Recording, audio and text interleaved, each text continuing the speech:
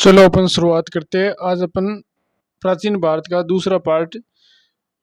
तो देखिए, क्वेश्चन है आपका कि रामचरित शिष्य ग्रंथ किसने लिखा है। अब देखो, यहाँ पर आप कंफ्यूज हो सकते हो। बहुत ही अच्छा लेवल का क्वेश्चन है ये कि आप जैसे तुलसीदास के समझ लोगे ना, कंबन है, वाल्मीकि है, तो यहाँ पर आप गलती कर सकते हो। तो देखो, रामचरित शिष्य ग्रंथ किसने लिखा, तो वो लिखा आपका संध्याकार नंदी ने।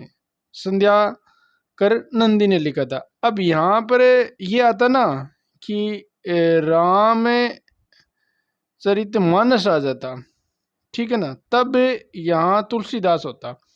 लेकिन यहाँ जल्दबाजी में अपन क्या है कि यहाँ गलती कर सकते हैं। तो रामचरित शीर्षक ग्रंथ है वो संध्याकर नंदी ने लिखा था। अगले क्वेश्चन की बात करें, 96 नंबर का क्वेश्चन ये है कि दे अर्बन डीके एवं सुद्रज इन एसेंट इंडिया नामक पुस्तक के लेखक कौन थे। क्या है प्रश्न, द अर्बन डीके एवं सुद्रज इन एसेंट इंडिया नामक पुस्तक के लेखक कौन है। ए घोष, BNS यादव, रोमिला थापर, RS शर्मा। ये भी बहुत ही अच्छा लेवल का क्वेश्चन है। तो बताइए क्या आ जाएगा इसमें, तो RS शर्मा आ जाएगा। RS शर्मा ने क्या लिखा, द अर्बन डीके एवं सुद्रज इन एसेंट इंडिया नामक ग्रंथ है वो लिखे। तो ये पुस्तकें लिखी थी। अगले क्वेश्चन की बात करें, यानी काव्य अलंकार का लेखक कौन है। कालिदास, अमर सिंह, सुबंधु, वामन। 197 में क्या आ जाएगा, वामन आ जाएगा। यानी काव्य अलंकार का लेखक कौन है, वामन हो जाएगा। अब देखो, यहाँ में एक बार ये ऑब्जेक्टिव क्वेश्चन लगाने के बाद में जो मुख्य क्वेश्चन है, ऐसे क्वेश्चन है जो सारणीबद्ध है, उनको मैं हल कराऊंगा। देखिए, एक बार अपन क्वेश्चन ये हल कर लेते हैं। काव्य अलंकार का लेखक कौन है, ये हो गए वामन अपना। और अगला क्वेश्चन देखिए, 98 नंबर का, भगवत गीता महाभारत के किस पर्व का भाग है। बहुत इजी क्वेश्चन है, बहुत बार पूछा भी गया है। ये विषम पर्व का भाग है। भगवत गीता महाभारत किस पर्व का भाग है, विषम पर्व का। ये क्वेश्चन आया हुआ है बहुत बार एग्जामों में। अगले देखो क्वेश्चन है 99 नंबर का, किस अभिलेख में शीर्ष की गज सेना का उल्लेख है। किस अभिलेख में, सॉरी भाई, किस अभिलेख में हर्ष की गज सेना का उल्लेख है। गज का मतलब हाथी। तो किस अभिलेख में हर्ष की गज सेना का उल्लेख है। रुद्रदमन फर्स्ट का जूनागढ़ अभिलेख, एओल अभिलेख, गुरुध्वज स्तंभ लेख और मंदसौर अभिलेख। तो क्या आएगा 99 में, उसमें आ जाएगा एहोल अभिलेख में हर्ष की गज सेना का यानी हाथी सेना का उल्लेख है एहोल अभिलेख में। अगले क्वेश्चन है 100 नंबर का, पुलकेशन द्वितीय का एहोल अभिलेख स्थित कहाँ पर है। कि पुलकेशन द्वितीय का एहोल अभिलेख स्थित है आंध्र में, कर्नाटक में, महाराष्ट्र में, तमिलनाडु में। तो बताइए क्या आ जाएगा, कर्नाटक में है ये पुलकेशन द्वितीय का एहोल अभिलेख। अगले क्वेश्चन 101 नंबर की बात करें, निम्नलिखित में से कौन धर्मशास्त्रकार गढ़वाल राजा गोविंद चंद्र देव का मंत्री था। यानी धर्मशास्त्र का गढ़वाल राजा गोविंद चंद्र का मंत्री कौन था। चंडेश्वर था, लक्ष्मीधर था, मेघातिथि था, गोविंदराज था। तो क्या आ जाएगा बताइए इसमें, तो इसमें आ जाएगा आपका लक्ष्मीधर। अगला क्वेश्चन है, पुस्तक the wonder that was India के रचयिता। पुस्तक का नाम क्या है, the wonder that was India के रचयिता William Jones, H Wilson, Colebrooke, A.L Basham. तो बताइए क्या आ जाएगा 102 में, तो इसमें आ जाएगा D, A.L बेसम के रचयिता है ये। A.L बेसम किसके रचयिता है, the wonder that was India के रचयिता है ये।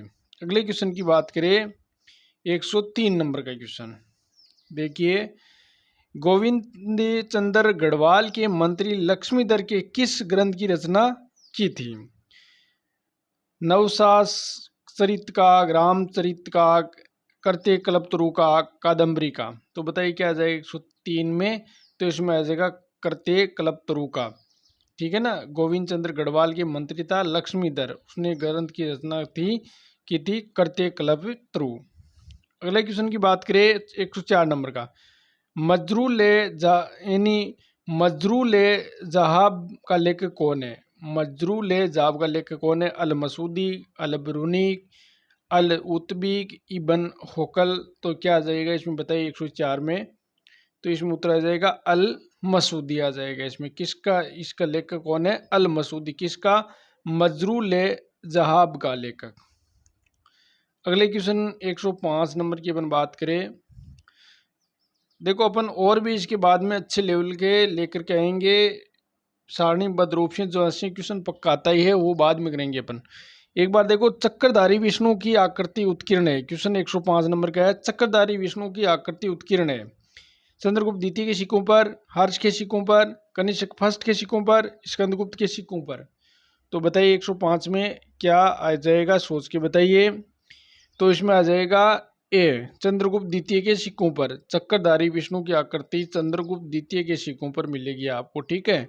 अगले क्वेश्चन की बात करें तो देखिए, ऊपर कर लेता हूं, 106 नंबर का क्वेश्चन, मंदसौर प्रशस्ति की रचना किसने की थी? हरिसेन ने, वीरसेन ने, बाण भट्ट ने, वश भट्ट ने। बहुत ही अच्छा लेवल का क्वेश्चन है ये, बताइए 106 नंबर में क्या आ जाएगा, एग्जाम में बहुत बार पूछा गया है ये भी। तो वश भट्टी ने किस प्रशस्ति की रचना की थी? मंदसौर प्रशस्ति की रचना की थी। अगला है, मिट्टी की प्राचीन कालीन 274 मूर्य किस पुरास्थल के उत्खनन से प्राप्त हुई है? कि मिट्टी की प्राचीन कालीन 274 जो मूर्य हैं वो किस पुरास्थल से उत्खनन से प्राप्त हुई है? मोहनजोदड़ो से, गनेरीवाल से, कायता से, बसाड़ से। तो बताइए 107 में उत्तर क्या आ जाएगा? बसाड़ आ जाएगा इसमें, ठीक है ना। क्या क्वेश्चन क्या है? मिट्टी की प्राचीन कालीन 274 मूर्य किस पुरा स्थल के उत्खनन से प्राप्त हुई है? बसाड़ से। अगला क्वेश्चन 108 नंबर का, महाभारत में उल्लेखित कुछ स्थलों का पुरातात्विक स्थलों में समीकरण किसने किया था? कि महाभारत के उल्लेखित कुछ स्थलों का पुरातात्विक स्थलों में समीकरण किसने किया था? एस डी सांकलिया ने किया था, बी बी लाल ने किया था, जी आर शर्मा ने किया था, ए एस घोष ने किया था। बताइए किसमें? बहुत ही अच्छा लेवल का क्वेश्चन है ये भी। तो बी बी लाल ने किया था। पुरातात्विक स्थलों का समीकरण किसने किया था? बीबी लाल ने किया था। अगला क्वेश्चन है 109 नंबर, अधोलिखित किस बौद्ध ग्रंथ में राज्य की उत्पत्ति के सामाजिक अनुबंध सिद्धांतों का उल्लेख है? दिग् निकाय में, अंगुत्तर निकाय में, संयुक्त निकाय में, मंजिम निकाय में। तो बताइए 109 में क्या आ जाएगा? इसमें दिग् निकाय आ जाएगा, उसमें राज्य की उत्पत्ति सामाजिक अनुबंध के सिद्धांत पर आधारित है। तो ये किसमें? दिग् निकाय में।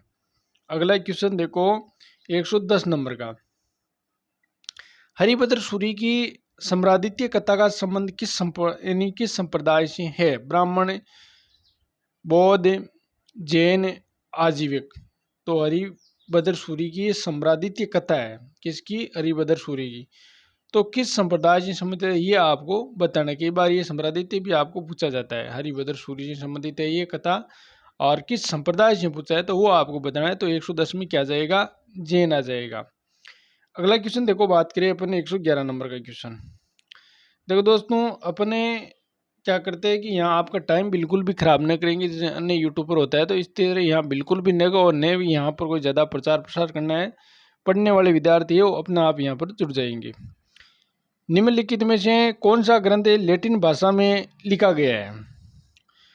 तो नेचुरल हिस्टोरी का, geography, the periplus of the Erythraean sea Indica. Question क्या है कि कौन सा ग्रंथ लैटिन भाषा में लिखा गया है, ठीक है ना, वो आपको बताना है इसमें ना। तो ये आ जाएगी नेचुरल हिस्टोरी का, ये लैटिन भाषा में लिखी गई है। अगले क्वेश्चन देखो, बात करें अपने 112 नंबर का, संस्कृत पुराण भगवद गीता का अध्ययन करने वाला प्रथम मुसलमान कौन था? बताइए, अल ब्रूनी, अल मसूदी, सुलेमान इबन खुर्दाब कौन थे? बताइए 112 में। इसमें आ जाएगा अल ब्रूनी ने संस्कृत पुराण भगवद गीता का अध्ययन किया था, ठीक है ना। तो ये प्रथम मुसलमान था अल ब्रूनी।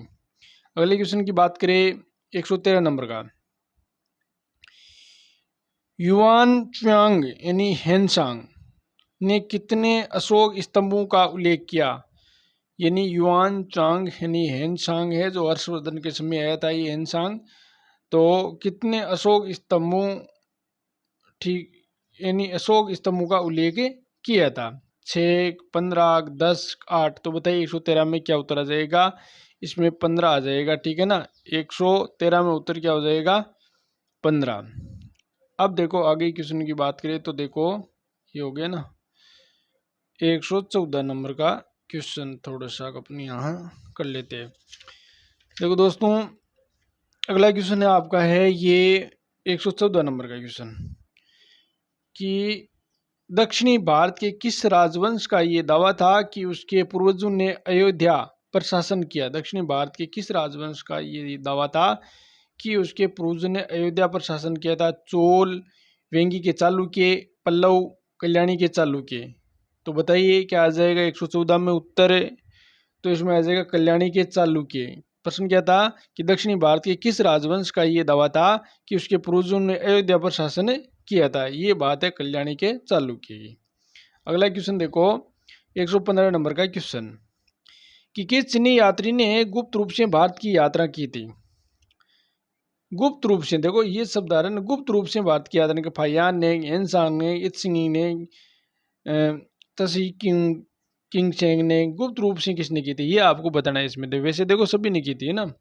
तो इसमें आ जाएगा हेनसांग है, वो गुप्त रूप से भारत की यात्रा की थी।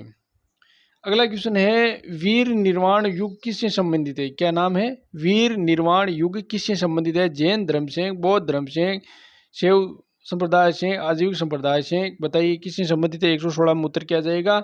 जैन धर्म से। वीर निर्वाण युग किससे संबंधित है? जैन धर्म से। अगला क्वेश्चन देखो आप 117 नंबर का क्वेश्चन, निम्नलिखित में से कौन सा वेद असंत गद्य में लिखा गया है? यानी गद्य में लिखा गया है। ऋग्वेद, यजुर्वेद, सामवेद, अथर्ववेद। बहुत बार पूछा गया ये क्वेश्चन। बताइए आप सोच करके 117 में क्या आएगा? तो यजुर्वेद है, वो गद्य में लिखा गया है, ठीक है ना। अगला क्वेश्चन देखो 118 नंबर का क्वेश्चन, निम्नलिखित किस ग्रंथ में कहा गया है कि जब कोई व्यक्ति संघ में प्रवेश पाता है वह वर्ण विहीन हो जाता है? कि जब कोई व्यक्ति क्या है संघ में प्रवेश पाता है तो क्या है कि वर्णहीन हो जाता है, ठीक है ना। तो ये बात किसमें लिखी गई है? अब देखो इन्हें सिंगाला क्या है, सिंगाल वादुसुत्ते, संयुक्त निकाय, सौंदर्यस्तु, अंगुत्तर निकाय। तो क्या आ जाएगी 118 में? बताइए। तो अंगुत्तर निकाय इसमें आ जाएगा, जिसमें वर्णहीन हो जाता है। अंगुत्तर निकाय बौद्ध धर्म से संबंधित है ये। अगला देखो 119 नंबर का क्वेश्चन, किस स्थान से कपिलवस्तु महावीर अंकित शील प्राप्त हुई है? कपिलवस्तु वो जो आपकी तरह ही है ना, नेपाल में है ये। कपिलवस्तु महावीर अंकित शील कहाँ से? पिपरवावा से, काशी से, देव उदय से, सालवान से। कहाँ से प्राप्त हुई 119 में बताओ? इसमें आएगा पिपरवावा से, ठीक है ना। कपिलवस्तु महाविहारी कहाँ से प्राप्त हुई? ये अंकित शील है वो पिपरवावा से प्राप्त हुई है, ये उत्तर हो जाएगा। अगला क्वेश्चन देखो, प्राचीन भारत में विज्ञापन का सर्वप्रथम उदाहरण कौन सा है? प्राचीन भारत में विज्ञापन का सर्वप्रथम उदाहरण कौन सा है? मंदसौर अभिलेख, एरन अभिलेख और राबातक अभिलेख, जूनागढ़ अभिलेख। तो बताइए 120 में क्या उत्तर आ जाएगा? इसमें मंदसौर अभिलेख आ जाएगा। क्या है ये? प्राचीन भारत में विज्ञापन का सर्वप्रथम उदाहरण कौन सा है? मंदसौर अभिलेख, ये हो जाएगा इसमें। आगे क्वेश्चन की बात करें 121 नंबर का, बट्टी प्रोलू अभिलेख किस धातु से निर्मित? क्या नाम है? बट्टी प्रोलू अभिलेख किस धातु से निर्मित था? चांदी से, तांबा से, सोना से, जिंक से। बताइए क्या उत्तर हो जाएगा इसमें? 121 में सोच के बताओ। तो चांदी आ जाएगा इसमें। अगला क्वेश्चन देखो 122 नंबर का क्वेश्चन कि सूची फर्स्ट सूची सेकंड से आपको मिलान करना है इधर, ठीक है ना। देखो दिग्निकाय और खुदक के इधर महापरिनिबान शुद्ध दिया गया है। थोड़ा सा उधर है तो आप देख लेना इस क्वेश्चन को। मैं यहाँ पर आपका क्या है कि मिलान कर देता हूँ। देखो एक बार देख लीजिए आप, है ना। 122 नंबर का क्वेश्चन है ये, इधर देख लीजिए उसको पहले। ये लो, इधर है विनय पिटक, इधर है कथावस्तु, इधर है अभिधम पिटक खंड, ये हो जाएगा, ठीक है ना। तो 122 में आपका उत्तर क्या हो जाएगा? देखो यहाँ देख लीजिए, ये लो, ये आ जाना चाहिए आपको। यहाँ पर देखो दिग निकाय आपको किससे मिलान करना है, महापरिनिबान सुत से मिलान करना है आपको। तो दो हो जाएगा, ए में क्या हो जाएगा, दो हो जाएगा। खुदक है ये आ जाएगा, दंपत से आ जाएगा, ठीक है ना। खुदक है तो बी में क्या आ जाएगा आपका, एक नंबर आ जाएगा, ठीक है। तो इस तरह हो जाएगा ये। आगे देखो इधर मिलान करते हैं अपन, ये लो यहाँ निकाल लेते हैं, ठीक है ना। अब देखो अपने जो मिलाया ना अपन, ये जो दिग निकाय है वो अपन किसी मिलाया था, सेकंड से मिलाया था, है ना, ए में। तो सेकंड इसमें सेकंड रहा, और देखो सेकंड किसी में नहीं है। और एक अपने क्या है, खुदक निकाय किसी में मिलाया था, खुदक निकाय है वो अपने दंपत से मिलाया था, फर्स्ट से मिलाया था, है ना। तो फर्स्ट ये रहा इसमें, और देखो कहीं नहीं है, इसका मतलब अपना उत्तर सही जाएगा यहाँ पर। अब देखो विनी पिटक है वो खंडक आ जाएगा इसमें, तो देखो 4 नंबर ये हो जाएगा। और फिर अभिधम पिटक है कथावस्तु में आ जाएगा ना, तो ये आप 3 नंबर यहाँ अपन मिला, तो अपना ए उत्तर सही होगा। आप आगे पीछे करके उसको देख लेना। तो अब देखो यानी विनी पिटक से, खंडक से, और अभिधम पिटक है कथावस्तु से। और अपन दिग निकाय पढ़ा था महा परिनिबन सुक्ति, और खुदक है दंपत से। तो ये उत्तर इसमें आ जाएगा आपका। अगर जो 123 नंबर का, शिवलिंग त्रिशूल वर्षभ की आकृतियों वाली मूर कहाँ मिली है। शिवलिंग और त्रिशूल और वर्षभ, वर्षभ का मतलब बेल, तो ये मूरें हैं वो कहाँ से मिली है, नालंदा से, वैशाली से, भीटा से, कौशाम्बी से। तो बताइए क्या आ जाएगा 123 में उत्तर, सोच के बताइए। तो ये मिला है भीटा से आ जाएगा इसमें, ठीक है। अगला देखो 124 नंबर का क्वेश्चन, किस बौद्ध ग्रंथ के अनुसार सिक्कों पर अंकित चिन्ह विभिन्न सिक्कों के निर्माण स्थल और निर्माता के नाम संकेत करते हैं। कि किस बौद्ध ग्रंथ है जिसके सिक्कों पर अंकित है चिन्ह विभिन्न सिक्कों के निर्माण स्थल और निर्माता के नाम का संकेत करते हैं। धातुकता, समंत, पासादिका, सुत्त विभंगे, विशुद्ध यानी विशुद्धि मग। तो क्या आ जाएगा 124 में, सोच के बताओ। तो इसमें आ जाएगा डी विशुद्धि मग आ जाएगा इसमें, ठीक है ना। अगला क्वेश्चन देखो 125 नंबर का क्वेश्चन, निम्नलिखित में से किसने पेरिप्लस ऑफ, बहुत ही अच्छा लेवल का क्वेश्चन है ये, किसने पेरिप्लस ऑफ द इरिथ्रियंस पुस्तक का अनुवाद किया था, ठीक है ना। कि किसने पेरिप्लस ऑफ द एरिथ्रियंस का पुस्तक का अनुवाद किया था, वाटर्स ने, गाइस ने, यूल ने, स्कोप ने। तो 125 में क्या आ जाएगा, सोच के बताइए। तो इसमें डी आ जाएगा, स्कोप आ जाएगा। देखो दोस्तों अपने जैसे ये 17 तारीख को अपनी क्या है कि एग्ज़ाम है, ये कॉलेज जो असिस्टेंट प्रोफेसर वाली, उसके बाद में अपने अच्छे लेवल के और अपने विस्तार से पढ़ेंगे, एक बार अपने क्वेश्चन हल करेंगे तब तक। अब देखो हेनसंग को नालंदा में कौन सा भारतीय नाम प्रदान किया गया है, ठीक है ना। अपने ये पीछे वाला देख लिया ना कि पेरिप्लस ऑफ द एरिथ्रियंस पुस्तक का अनुवाद किसने किया था। तो 125 में उत्तर क्या जाएगा, स्कोप ने, ये आ जाएगा इसमें, ठीक है। अगला क्वेश्चन देखो, हेनसांग नालंदा में कौन सा भारतीय नाम प्रदान किया गया था। नालंदा में कौन सा भारतीय नाम प्रदान किया था, धर्मरक्षित, मोक्षदेव, प्रज्ञादेव, साक्षी मित्र। तो 126 में उत्तर क्या आ जाएगा, मोक्षदेव आ जाएगा इसमें। अगला क्वेश्चन 127 नंबर का, कालिदास के अतिरिक्त देखो नेट है के लिए भी 16 तारीख को जैसे जून में नेट भी होगी, तो इसके लिए भी अपन ने पढ़ेंगे। कालिदास के अतिरिक्त निम्नलिखित में से किन अन्य संस्कृत कवियों का अभिलेखों में उल्लेख हुआ है। कि कालिदास के अतिरिक्त निम्नलिखित में से किन अन्य संस्कृत कवियों का अभिलेखों में उल्लेख हुआ है, तो वो बताना है। भारवी, कुबज, माघ, विशाख दत्त। तो 127 में क्या आ जाएगा, बताइए सोच करके। देखो मैं इसको पूरा आपको इधर कर देता हूँ ऊपर, तो सोच के बताओ कालिदास के अतिरिक्त किन अन्य संस्कृत कवियों का अभिलेखों का उल्लेख मिलता है, तो वो आपको बताना है। 127 में क्या उत्तर आ जाएगा। देखो इसमें भारवी का भी मिलता है, कुबज का भी मिलता है, और माघ का भी मिलता है, ठीक है ना। इसका नहीं मिलता है विशाख दत्त का, ठीक है ना। इसने मुद्रा राक्षस ये लिखी थी इसमें। तो ये जो संस्कृत कवियों का अभिलेख उल्लेख हुआ है कालिदास के अतिरिक्त ना, क्योंकि भारवी है, कुबज है, माघ है, ये संस्कृत के जो कवियों का अभिलेखों में उल्लेख उसका भी हुआ है, ठीक है ना, अतिरिक्त कालिदास तो था ही, तो इसमें सी उत्तर हो जाएगा। अगला क्वेश्चन देखो 128 नंबर का, कि अभिलेखिक स्रोतों के अनुसार निम्नलिखित में से कौन से नरेश सिद्धहस्त संगीतकार थे? गौतमी पुत्र सातकर्णी, पुष्यमित्र शुंगी, खारवेल, समुद्रगुप्त। तो ये आपको बताना है 128 नंबर का जो क्वेश्चन है उसमें क्या उत्तर होगा, सोच करके बताइए।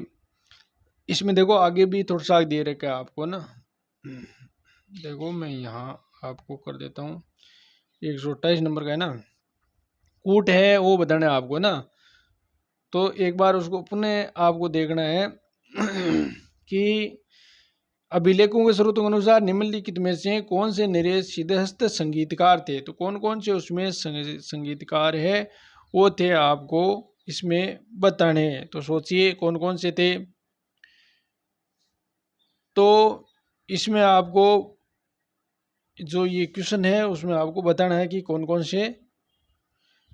तो देखो इसमें खारवेल था और एक समुद्रगुप्त था, वीणा वादक था ये तो, ठीक है ना। समुद्रगुप्त की जो सिक्के मिलते हैं ना वो वीणा बजाते हुए मिलते हैं, तो ये तो संगीतकार था ही, इसमें लेने दे। अब देखो इसमें ये है ना खारवेल, ये भी था, तो अपने 3 और 4 आएगा, बाकी गौतमीपुत्र सातकर्णी नहीं है और पुष्यमित्र शुंग नहीं है। ये आपका जो 3 और ये जो 4 है वही ऑप्शन में कहाँ पर है देखते हैं अपने, आगे मिल जाएंगे। ये 3 और 4 उत्तर है इसमें, ये हो जाएगा अपना सी आंसर आ जाएगा। अगले क्वेश्चन की देखो बात करें, 29वें नंबर का क्वेश्चन है कि त्रिभाषिक लेख युक्त सिक्के प्रचलन करने वाला शासक था। कि त्रिभाषिक लेख युक्त सिक्के प्रचलित करने वाला शासक कौन था? यूक्रेटाइटिस, मिनेडर, नेपान, पेंटालियन, कौन था? तो सोच करके बताओ 29 में उत्तर क्या हो जाएगा? तो नेपान हो जाएगा। त्रिभाषिक लेख युक्त सिक्के प्रचलन करने वाला ये शासक था नेपान, याद रखना, बहुत ही अच्छा क्वेश्चन है ये। अगला क्वेश्चन 130 नंबर का, किस निम्नलिखित स्थल से रोमन कांस्य वस्तुओं के निधि मिली थी जिसमें पोसाइडन की एक लघु प्रतिमा भी थी? किस निम्नलिखित स्थल से रोमन कांस्य वस्तुओं की निधि मिली थी जिसमें पोसाइडन की एक लघु प्रतिमा भी थी? अरिका, मेडू, बेग्राम, कोल्हापुर, तक्षशिला। तो 130 में क्या उत्तर आएगा सोच करके आप बता सकते हो। इसमें आ जाएगा कोल्हापुर, ब्रह्मपुरी, ठीक है ना। कि प्रश्न क्या है कि स्थल यानी कौन सी स्थल है रोमन कांस्य वस्तुओं निधि मिली है जिसमें पोसाइडन की एक लघु प्रतिमा भी थी? तो ये कोल्हापुर, ब्रह्मपुरी। अगला क्वेश्चन आपको 111 नंबर का है, इसका आपको देखो निम्नलिखित व्याकरणाचार्यों में उनके कालक्रम में व्यवस्थित करना है, ठीक है ना। वो आपको कालक्रम है उसमें व्यवस्थित करना पड़ेगा, तब आपको एग्जैक्टली पता होना चाहिए। यहाँ पर देखो अपने इसकी हेमचंद्र की बात करें तो ये लगभग 11वीं शताब्दी का 1088 ईस्वी, ठीक है ना, ये आ जाएगा इसमें, ये आ जाएगा हेमचंद्र। अब देखो कात्यायन की बात करें तो ये लगभग 3री शताब्दी आ जाएगी इसमें, ठीक है।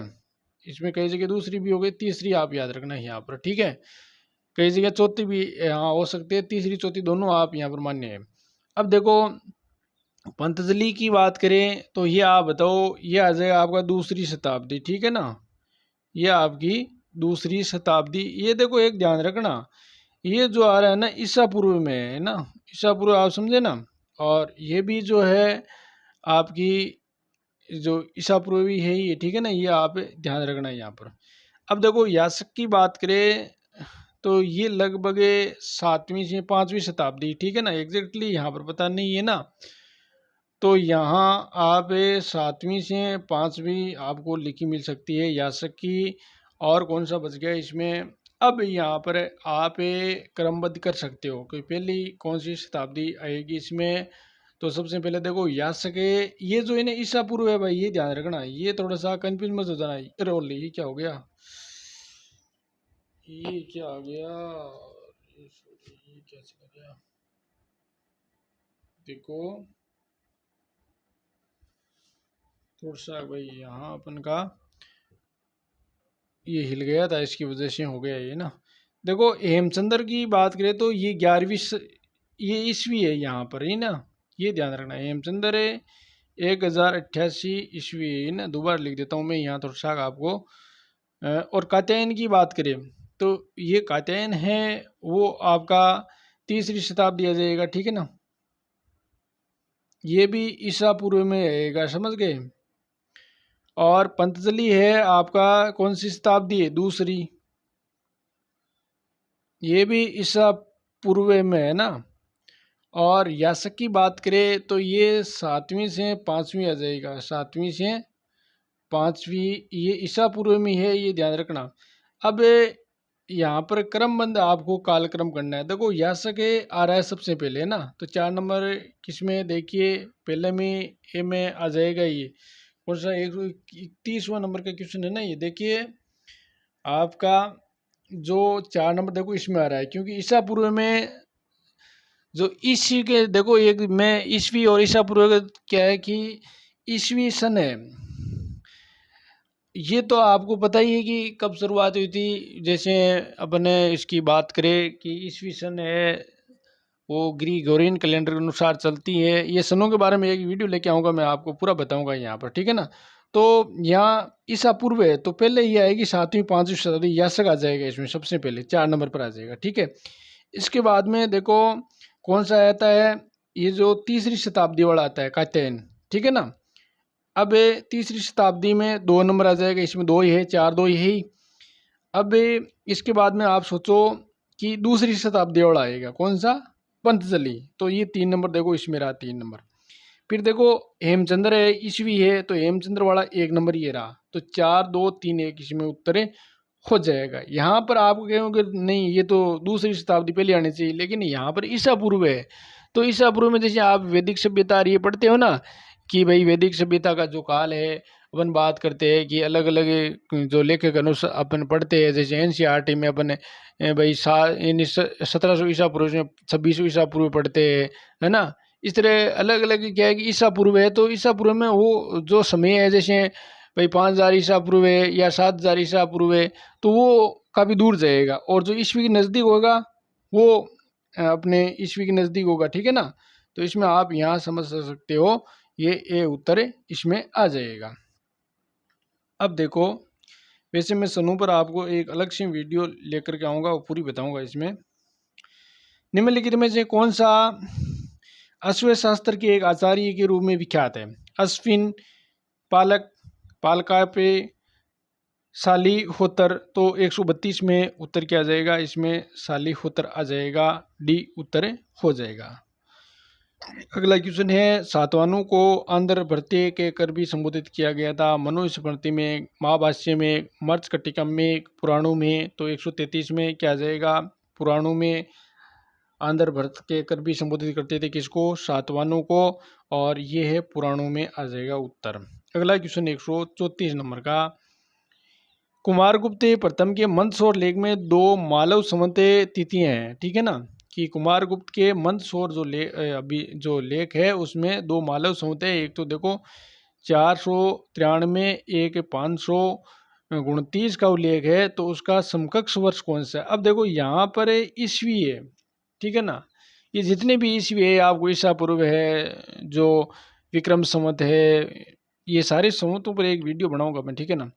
यहाँ समझ लो तो ठीक है। आप देखो अभी यहाँ पर कौन से मालव संवत है, देखो मालव संवत है ना, वो जैसे अपने विक्रम संवत पढ़ते हैं, तो विक्रम संवत है वो 57 ईसा पूर्व पहले प्रारंभ हो गई थी, किससे, ईस्वी से, ये ध्यान रखना है। अब इसको पहले क्या कहते थे, मालव संवत से ही पुकारते थे। अब आपको क्या करना है, यहाँ पर जो आपका 493 ये जो दे रखा है, ठीक है ना, जो ये आपका जो यानी मालव संवत है ना, तो अब यहाँ मालव संवत यानी 57 ईसा पूर्व यानी आगे चल रही है ना ईस्वी से। तो इसका मतलब यहाँ पर आप क्या करोगे, 493 से क्या है आप 57 घटाओ।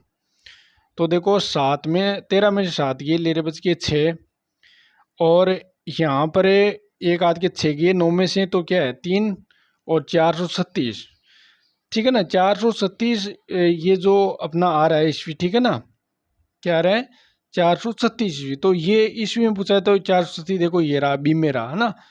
अब देखो इधर वाला 529 है, इसमें से भी आप क्या करोगे, ये 529 और यहाँ 57 आप कम करोगे, माइनस निकाल लो आप। तो देखो 9 में से 7 गए 2, और 5 5 गए 12 में से, तो कितने बच गए 7, और इधर हाथ के एक, तो 472, ठीक है ना। तो 472 लग 473 इसमें लगभग आ रहे हैं, ठीक है ना। तो इसमें बी उत्तर हो जाएगा, आपको ये आपको ध्यान रखना है। क्या उत्तर हो जाएगा इसमें, बी उत्तर हो जाएगा आपका 436 473 ईसा पूर्व में। अब देखो अगला 135 नंबर का, ये ऐसे समझ में आए तो ठीक है, नहीं तो मैं अलग से शब्द वाला वीडियो लेकर आऊंगा, उसमें आ जाएगा। भारत में सबसे प्राचीन उपलब्ध जीवनी या चरित कौन सी है। क्या है, भारत में सबसे प्राचीन उपलब्ध जीवनी या जीवन चरित कौन सी है, वो आपको इसमें बताना है। इधर रह गया ये थोड़ा सा क्वेश्चन, लो ये मैं यहाँ निकाल देता हूँ। 135 नंबर का क्वेश्चन था ना ये, तो ये आ जाएगा इसमें आपका हरिश्चरित आ जाएगा इसमें, ठीक है ना। जो 135 नंबर का क्वेश्चन क्या था, दोबारा इसको इधर करके देख लीजिए आप, कि भारत में सबसे प्राचीन उपलब्ध जीवनी या जीवन चरित कौन सी है। तो इसमें आपका उत्तर क्या हो जाएगा, इसमें हर्षचरित आ जाएगा। इसमें क्या आ जाएगा, हरीश चरित आ जाएगा। अगले क्वेश्चन की बात करें, 136 नंबर का क्वेश्चन है। देखो पुलकेशिन द्वितीय के एवल अभिलेख की रचना के समय शक संवत 556 वर्ष बीत गए थे, उसके लगभग बराबर होंगे। कि पुलकेशिन द्वितीय के एवल अभिलेख में रचना के समय शक संवत के 556 वर्ष बीत गए थे, उसके लगभग बराबर होंगे। तो ये आपको बताना है 136 नंबर में, अगर आपको आ रहा है तो किसके वर्ष बीत गए थे ये एवल अभिलेख की रचना, शक संवत के 556 वर्ष बीत गए। तो आपको यहाँ पर ईस्वी में बताने हैं, समझ गए। तो यहाँ पर 136 में क्या उत्तर आएगा। अब देखो मैं यहाँ बात करूँ कि शक संवत का प्रारंभ है वो 78 ईस्वी में हुआ था, यानी ईस्वी के 78 साल बाद प्रारंभ हुआ था, ठीक है। तो इसका मतलब ये ईस्वी में पूछा है। अब मान लीजिए एवल अभिलेख की शक संवत कितनी है, 556 है। अब आपको ये पूछ लिया कि 556 शक संवत है, अब आपको ईस्वी में पूछा है, तो इसका मतलब अपन को जोड़ना पड़ेगा यहाँ पर, ठीक है ना। भाई देखे 556 है, और इसमें आप क्या करोगे 76 ऐड कर दो, क्योंकि ये बाद में शुरुआत हुई है तो 78 अपन ऐड ही करेंगे। 8 से कितने हो गए, 14 का 4, हाथ का 1, और 6 7 13 का 3, और एक अपने जो हाथ का ये लगा, तो कितने 634 आ जाएंगे यहाँ पर। 634 इसमें सी में है ये, ठीक है ना। क्योंकि शक संवत के समय है, ये जो है वो पुलकेशिन द्वितीय का दे रहेगा ना, ये शक संवत में दे रहेगा। अब आपको ये ईस्वी पूछ रहा है, तो मतलब ये जो ईस्वी संवत के बाद में प्रारंभ हुआ था 78 ना, तो 78 क्या करेंगे अपने इसमें ऐड करेंगे ना, तो ऐड करेंगे तो 634 आ जाएगा इसमें। अगले क्वेश्चन देखो, बात करिए अपने, ये मैं हटा देता हूँ, कि महापरिनिर्वाण सूत्र किस निकाय का भाग है। मंजिम निकाय का, अंगुत्र निकाय का, दिग निकाय का, खुदग निकाय का। बहुत ही अच्छा क्वेश्चन है ये भी। 137 में उत्तर क्या हो जाएगा, दिग निकाय का। महापरिनिर्वाण सूत्र किस निकाय का है, दिग निकाय का है। अगला क्वेश्चन देखो, 138 नंबर का क्वेश्चन। क्वेश्चन है कि निम्नलिखित पुरास्थलों में कहाँ से आहत सिक्कों का प्राचीनतम निखात मिला है, जिसमें 7,668 सिक्के थे। प्रश्न क्या है कि कौन सा पुरास्थल आहत सिक्कों का प्राचीनतम निखात मिला है, जिसमें 1768 सिक्के मिले हैं। तो पतरा बिहार से, गोरखपुर पटना से, अमरावती गुंटूर आंध्र प्रदेश से, कोयम्बतूर तमिलनाडु से। तो बताइए 138 में उत्तर क्या आ जाएगा? तो अमरावती आ जाएगा, इसमें गुंटूर आंध्र प्रदेश। यहाँ पर क्या हुआ था कि 8 सिक्कों का प्राचीन निखात मिला है, जिसमें 1768 सिक्के मिले, अमरावती गुंटूर आंध्र प्रदेश। उत्तर सी हो जाएगा। अगला क्वेश्चन है 139 नंबर का क्वेश्चन। निम्नलिखित में से कौन गैरिक मर्द बांड के स्थल है? तो यहाँ छाड़ना है अगया, बीर, जोधपुर। ये जोधपुरा भी कई जगह मिल सकता है आपको ना। शेपई, राजपुर, परसू। तो इस कोट में से उत्तर आपको छाड़ना है। तो 139 में क्या जाएगा बताइए। यहाँ मैं थोड़ा सा ऊपर कर देता हूँ, आपको ये दिख जाए पूरा। ये लो कि कौन से गैरिक मर्द बांड के स्थल है, वो आपको बताना है। 139 में क्या जाएगा? तो इसमें देखो ये तो होगा नहीं, अगयाबीर नहीं होगा। इसमें देखो जोधपुर या जोधपुर आ जाएगा, शेपई है इसमें, और राजपुर परसू ये भी है। तो 2, 3, 4 ये तीनों है। तो इसमें देखो ये आपका सी उत्तर हो जाएगा। जोधपुर, शेपई, राजपुर परसू ये क्या है? गैरिक मर्द बांड के स्थल है। अगला देखो कत्तन 140 नंबर का क्वेश्चन। थोड़ा सा यहाँ आपको छोटा कर देता हूँ ताकि पूरा दिखाई दे। ये लो क्वेश्चन है, कथन है ना कि 8 सिक्कों पर निर्गमन करने वाले सत्ता यानी अधिकारी कोई मोहर नहीं होती थी। आर में क्योंकि प्रसन्नगत काल में भारत में कोई शाही सत्ता नहीं थी। अब यहाँ सोचो कौन सा सही है कौन सा गलत है। 140 नंबर में आप सोच के यहाँ बता सकते हो। 140 में क्या उत्तर आ जाएगा? इसमें देखो 8 सिक्कों का निर्गमन वाली सत्ता यानी अधिकारी की कोई मोहर नहीं थी, ये बिल्कुल सही है।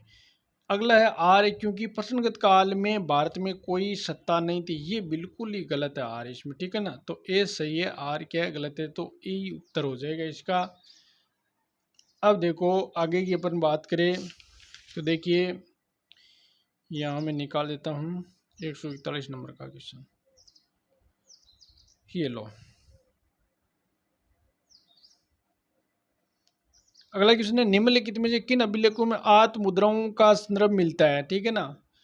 तो पुलमावी की नासिका गुफा से, उषा वादात की नासिका गुफा से, गौतमी बालश्री की नासिका से, नागानिका की नाना घाट अभिलेख से। तो दिए गए कटों का सही उत्तर आपको इसमें बताना है। तो 141 में क्या आ जाएगा? इसमें देखो प्रश्न क्या है, किन अभिलेखों में आत्म मुद्राओं का संदर्भ मिलता है, यानी आत्म मुद्राओं का वो बताना। देखो पुलवामा की नासिका इसमें नहीं मिलता है, ठीक है ना। और नहीं सॉरी भाई, देखो इसमें आत्म मुद्राओं का संदर्भ मिलता है, वो आपको पुलवामा की नासिक अभिलेख से मिलता है। ये बिल्कुल एक्यूरेट सही है इसमें, ठीक। ये भी मेरे को देखिए जो 141 नंबर का क्वेश्चन है, इसमें देखो आत्म मुद्राओं का संदर्भ मिलता है। तो इसमें देखो एक बार देखो कन्फर्म करता हूँ कि पुलवामा की नासिक गुफा से, उस वादात की नासिक गुफा से, गौतमी बालश्री की नासिका से, नागानिका की नाना घाट अभिलेख से ना। तो अभिलेखों में आत्म मुद्राओं का संदर्भ मिलता है, वो आपको बताना है ना। तो इसमें देखो आपकी पुलवामा की नासिक गुफा से इससे नहीं मिलेगा, ठीक है। उत्सव वादात की नासिका इससे मिला है, ठीक है। अगला देखो गौतमी बालश्री की नासिका इससे नहीं मिला है, ठीक है ना। नागानिका की नाना घाट अभिलेख इससे मिला है। तो इसमें आपका 2 और 4 है वो सही है, इसमें ए उत्तर हो जाएगा यहाँ पर। देखो अगर कोई भी आपको डाउट लगे तो कमेंट बॉक्स में आप लिख सकते हो, मानी भूल कहीं हो जाए तो, वरना तो हो जाए, लेकिन ध्यान रखता हूँ पूरा भी। निम्नलिखित में से किन स्थलों पर योद्धाओं की मुद्रा सांचुकी प्राप्त हुई है ना, कि किस स्थल योद्धाओं की मुद्रा है वो सांचुकी प्राप्त हुई है। तो वो सुनेत सिंह, संगू सिंह, संगोल सिंह, खो यानी खोखरा कोट सिंह। बताइए 142 में क्या उत्तर आएगा? तो सोच के बताओ। देखो एक तो सुनेत इसमें सही है, सुंग सही नहीं है, संगोल, और एक देखो ये खोखरा कोट ना, खोखरा कोट है ये। तो इसमें देखो आपका 2, 1 और 4 ये इसमें सही है कि योद्धाओं की मुद्रा सांची से प्राप्त हुई है, सुनेत और एक खोखरा कोट से। तो ये 1 और 4 इसमें उत्तर हो जाएगा 142 में। यहाँ देखिए 143, वासुदेव द्वितीय कुषाण सम्राट के यानी ससानियन के द्वारा सत्ताच्युत किया गया था। ये कथन निम्नलिखित में से किस सिक्कों के द्वारा प्रमाणित होता है कि वासुदेव द्वितीय कुषाण सम्राट को ससानियन के सत्ताच्युत किया गया है। कथन निम्नलिखित में किस सिक्कों के द्वारा प्रमाणित होता है? कनिष्क के द्वितीय सिक्कों के एक, कनिष्क तृतीय के सिक्कों के एक, कुषाण शासनीय सिक्कों के एक, गधार के सिक्कों के। ठीक है ना, तो बताइए क्या आ जाएगा 143 में उत्तर, सोच के बताइए। तो इसमें आ जाएगा सी, कुषाण शासनीय सिक्के आ जाएंगे इसमें। ठीक है ना। अगला क्वेश्चन देखो आप 144 नंबर का क्वेश्चन कि निम्नलिखित अभिलेखों में से कालक्रम अनुसार उसको व्यवस्थित आपको करना है। ठीक है ना, तो बहुत ही अच्छा लेवल का क्वेश्चन है ये भी। देखिए अमोघ वर्ष का यानी संजन ताम्र अभिलेख कब का है? अमोघ वर्ष का ये लगभग आपका 800 ईस्वी का है। ठीक है। भास्कर वर्मन का निदानपुर ताम्रपत्र लेख है, किसका है? भास्कर वर्मन का निधान जो प्रयोग वो कब से कब तक का है? तो ये लगभग हर्ष के समय इसमें आ जाएगा। देखो ये जो आपको 600 और 46 के लगभग ईस्वी का है। ठीक है। और विजय सेन का देवपड़ा अभिलेख है, ये यानी किसका है?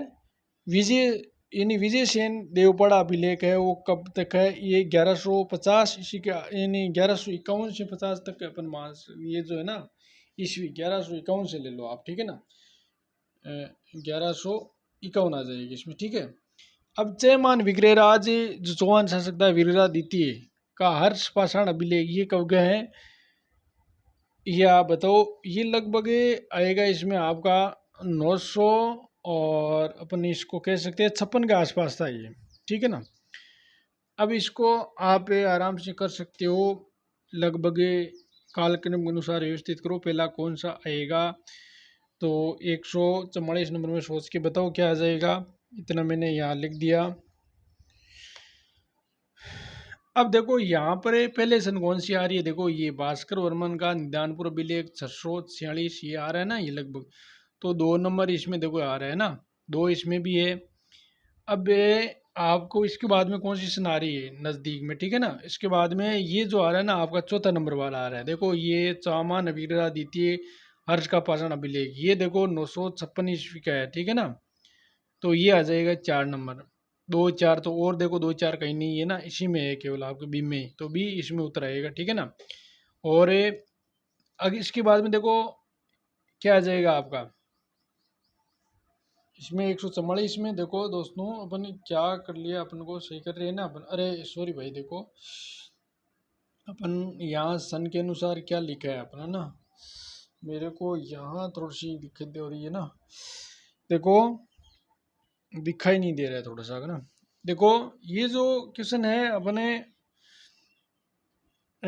2 इसमें आ रहा है। ठीक है ना। अब देखो जो नज़दीक है वो देखो ये बाद में, एक बार इसको देखो अपने सन तो बिल्कुल सही लिखी है, लेकिन यहाँ मिलाने में अपन यहाँ थोड़ी सी गलती की है। यहाँ पर देखो 2 नंबर 2 इसमें आ रहा है। अपने पहला ऑप्शन कौन सा किया? भास्कर वर्मन का निदानपुर 646 पहले आ रहा है, तो 2 नंबर कर दिया। फिर अपन ने क्या किया? अपन ने ये न पहले आएगा इसमें ना, अमोंग वर्ष फर्स्ट का संजन ताम्रपत्र अभिलेख है ना, तो 1 नंबर देखो इसमें रहा। 800 आए हैं ना भाई, आप देखो 646 के बाद में 800 आएंगे। इसके बाद में ये जो आएगा आपका 956 यानी विजय का देव पड़ा, ये देख अरे ये आ रहा है ना आपका, कौन सा आएगा? जो 4 नंबर देखो। अरे इसमें ये कौन सा आ रहा है? 1 मिनट, यहाँ अपन एक बार दोबारा लिखते हैं भाई, इसमें थोड़ा सा मिस्टेक, अपन सिली मिस्टेक हो गई यहाँ पर। देखो इसमें अमोंग वर्ष का आ रहा है, ये कब? 1 मिनट, सॉरी भाई आपको थोड़ा सा समय यहाँ। अमोंग वर्ष की बात करें तो ये कब गए हैं? ये 800 ईस्वी का लिखेंगे आप। भास्कर वर्मन की बात करें तो ये कब गया आपको? 646 के आसपास आप लिख सकते हो ईस्वी। ठीक है। विजय सेन का देवपड़ा अभिलेख है, वो आप 1000 के बाद में ये है ना, 1051 ईस्वी के बाद का ये है ना, विजय सेन देवपाड़ा का। और विग्रहराज की बात करें तो ये कब गया आपका, ये 900 और कई जगह 56 है। अब देखो यहाँ पर जो क्वेश्चन है ये, एक मिनट,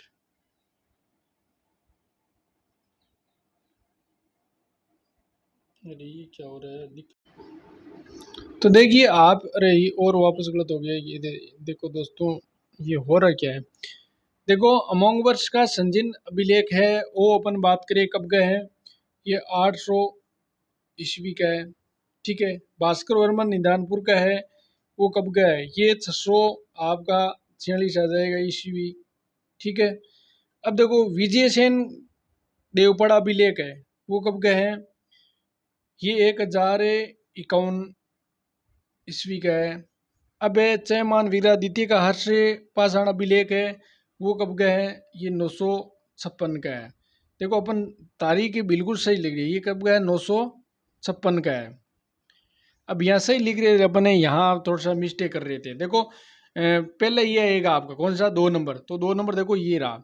फिर इसके बाद में सन कौन सी आती है आपकी, जो ये दे रखी है ना, ये 800 वाली, 1 नंबर वाले, ये देखो 1 नंबर इसमें रहा 800। 800 के बाद में आपको पता ही है कि ये जो आ रहा है चामान विग्रेरा 956 आ रहा है, तो 4 नंबर इसमें सही है। और विजय सेन का देवपाड़ा ये 1051 में, तो ये 3 नंबर सही है। यहाँ पर अपन थोड़ा सा गलती कर रहे थे, इन सन बिल्कुल अपने सही लिखी है, लेकिन यहाँ मिलाने में दिक्कत कर रहे हैं, तो ये आपका डी उत्तर हो जाएगा। समय थोड़ा सा यहाँ खराब हो गया, सॉरी। अब देखो कार्तिकेय अथवा स्कंद कुमार का अंकन निम्नलिखित में से किसी एक के सिक्कों पर मिला यानी मिलता है, कटपेशी सेकंड, कनिष्क है, उविशक है, वासुदेव, तो क्या आ जाएगा दोस्तों बताइए। 145 में क्या उत्तर हो जाएगा, तो इसमें सी हो जाएगा हुविशक, कि कार्तिकेय अथवा स्कंद कुमार का अंकन निम्नलिखित में किस सिक्कों पर मिलता है, हुविशक में। अगला देखो 146 में, सूची फर्स्ट को सूची सेकंड से मिलान करना है आपको, ठीक है ना। कुछ क्वेश्चन होते हैं अपन थोड़ा सा मिलाने में यहाँ, अब देखो ये अच्छा लेवल का क्वेश्चन है, यहाँ पर छोटा कर देता हूँ मैं, कि इसमें ये क्वेश्चन है आपका 146 नंबर का क्वेश्चन है।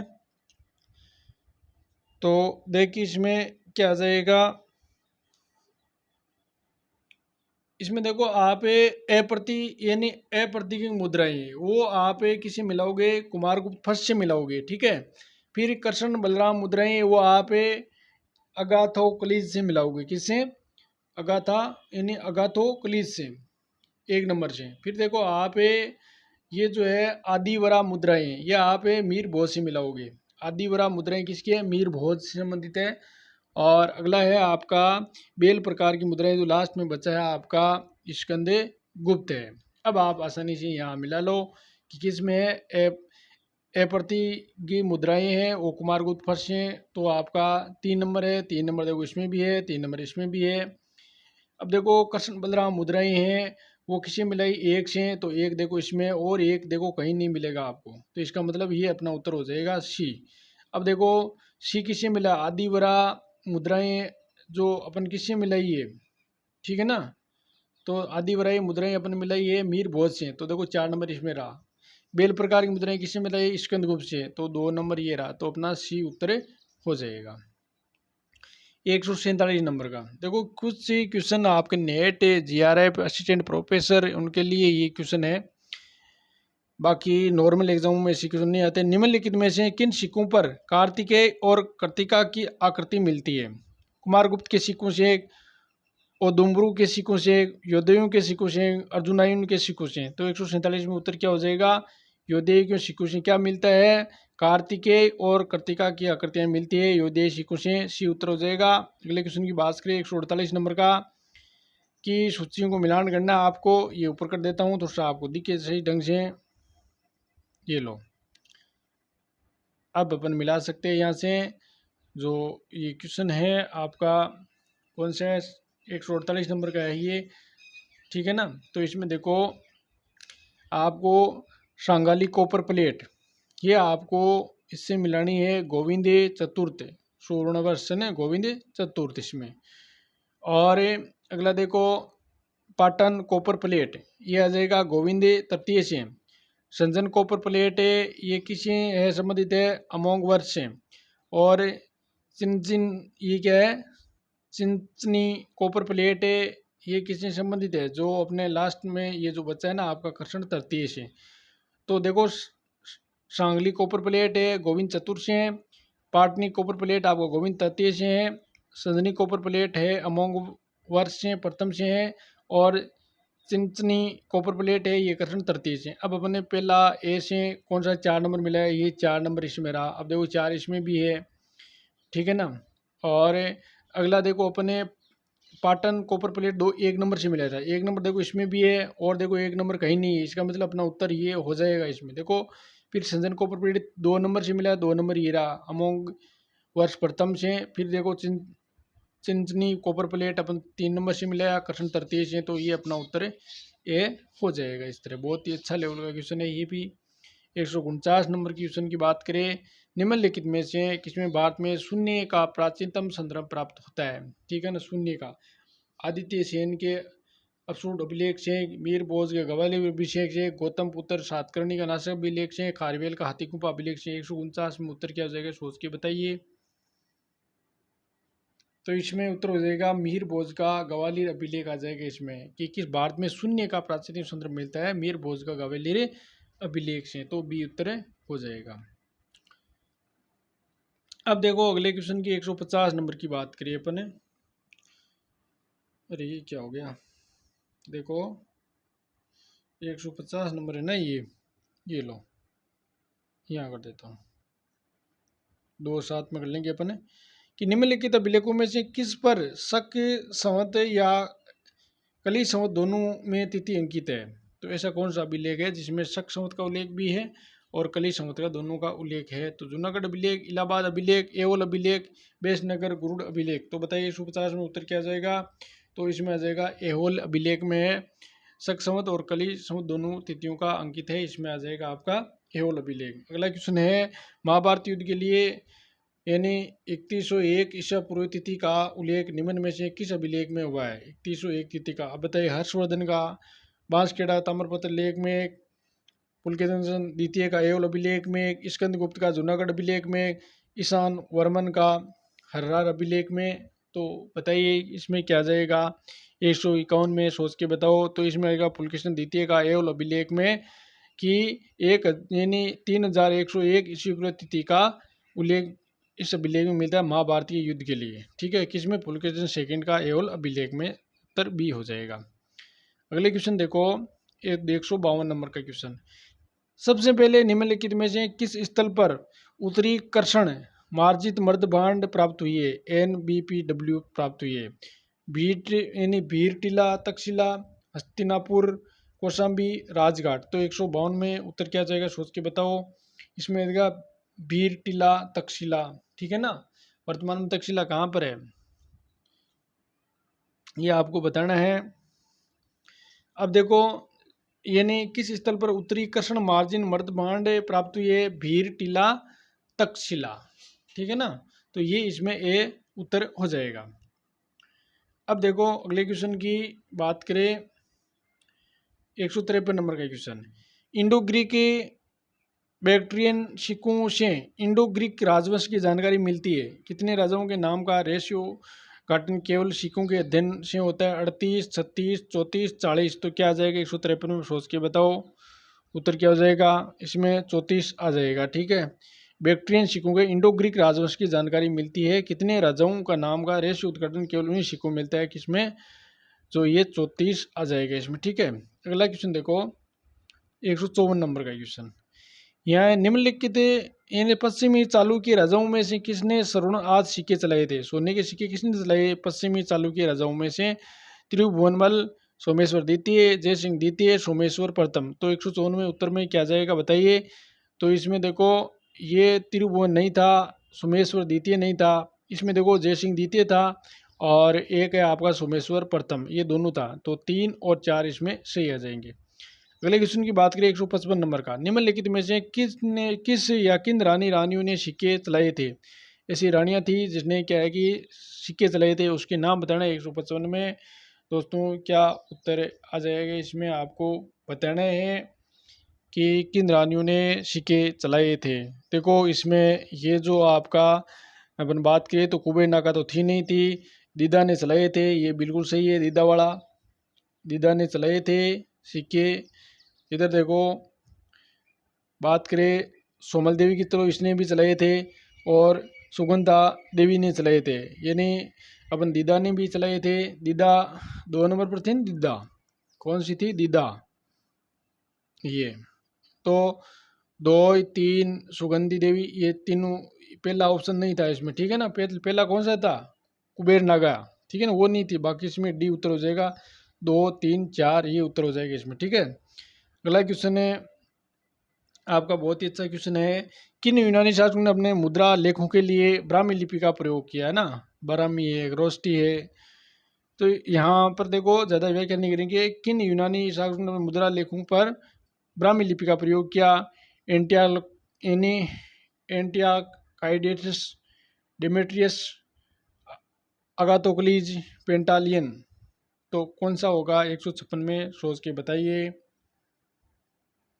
इसमें देखो ये तो होगा नहीं, डोमेट्रियस ये भी नहीं होगा, इसमें अगाथोक्लीज और पेंटालियन ये इसमें आ जाएगा। तीसरा और चौथा, तीसरा चौथा डी में उत्तर ये हो जाएगा। अगला क्वेश्चन है 57 नंबर का, निम्नलिखित में से कौन प्राचीनतम ताम्रपत्र लेख है। दामोदर ताम्रपत्र लेख, पहाड़पुर ताम्रपत्र लेख, सोहो गोरा ताम्रपत्र लेख, गुगर अटे ताम्रपत्र लेख। तो क्या आ जाएगा 157 में, उत्तर बताइए सोच करके। इसमें आ जाएगा आपका सी, सोगरा ताम्रपत्र लेख आ जाएगा, कि प्राचीनतम ताम्रपत्र लेख है इसमें से सोगरा ताम्रपत्र लेख आ जाएगा, इसमें आपका 57 में सी हो जाएगा। अगला देखो क्वेश्चन है कि निम्नलिखित में से कौन सा युग्म सुमेलित नहीं है। सुमेलित नहीं है एक, उसमें कौन सा, तो 158 में सोच के बताओ क्या आ जाएगा, सोचो एक बार। देखो प्लूटारक के लाइफ ऑफ ए अलेक्जेंडर ये बिल्कुल सही है। मैगस्थनीज इंडिका ये भी सही है, बहुत बार एग्जाम आया भी है ये। प्लिनी नेचुरल हिस्ट्री लिखी थी ये भी सही है। स्ट्रोबो अनाबेसिस ये इसमें गलत हो जाएगा आपका, तो उत्तर क्या हो जाएगा, डी हो जाएगा। गलत ही पूछा है इसमें से कौन सा है, सुमिलित नहीं है, तो ये इसमें सही नहीं होगा आपका स्ट्रोबो वाला। अगला देखो बात करिए 159 नंबर का question, A record of A Buddhist religion किस चीनी यात्री की पुस्तक का जापानी विद्वान तकाक्सु के द्वारा किया गया ये अनुवाद है। फायान सुंगसुन हेनसांग इत्सिंगिंग 159 में उत्तर क्या आ जाएगा, सोच के बताओ। तो इसमें जो इत्सिंगिंग आ जाएगा। ए रिकॉर्ड ऑफ बुद्धिस्ट रिलीजन किस चीनी यात्री की पुस्तक का जापानी विद्वान तकाक्सु के किया गया ये इत्सिंगिंग आ जाएगा। अगला 160 नंबर के क्वेश्चन की बात करें, चीनी यात्री फायान की यात्रा विवरण का अंग्रेजी में अनुवाद किया था, किसने किया था 160 में आपका बताइए। तो इसमें आ जाएगा जेम्स लेगे ने, किसने किया था, जेम्स लेगे ने किया था, ये आ जाएगा। चीनी यात्री फायान यात्रा के विवरण का अंग्रेजी में अनुवाद किसने किया था, जेम्स लेगे ने किया था। वैसे चंद्रगुप्त द्वितीय के समय आया था ये आपका फायान है वो, ये आपको ध्यान में रखना है दोस्तों। ये प्राचीन भारत के जो ऐतिहासिक जो स्रोत है उसके लगभग सारे क्वेश्चन हल हो गए हैं। अब अपन ऐसे है कि ये जो क्वेश्चन है असिस्टेंट प्रोफेसर और नेट है, जीआरएफ है, इनके लिए बहुत ही उपयोगी साबित होंगे ये। धन्यवाद। कल यहाँ अपन ज़्यादा प्रचार नहीं करेंगे और पढ़ने वाले अपना आप जुड़ जाएंगे। धन्यवाद दोस्तों, आज इतना ही।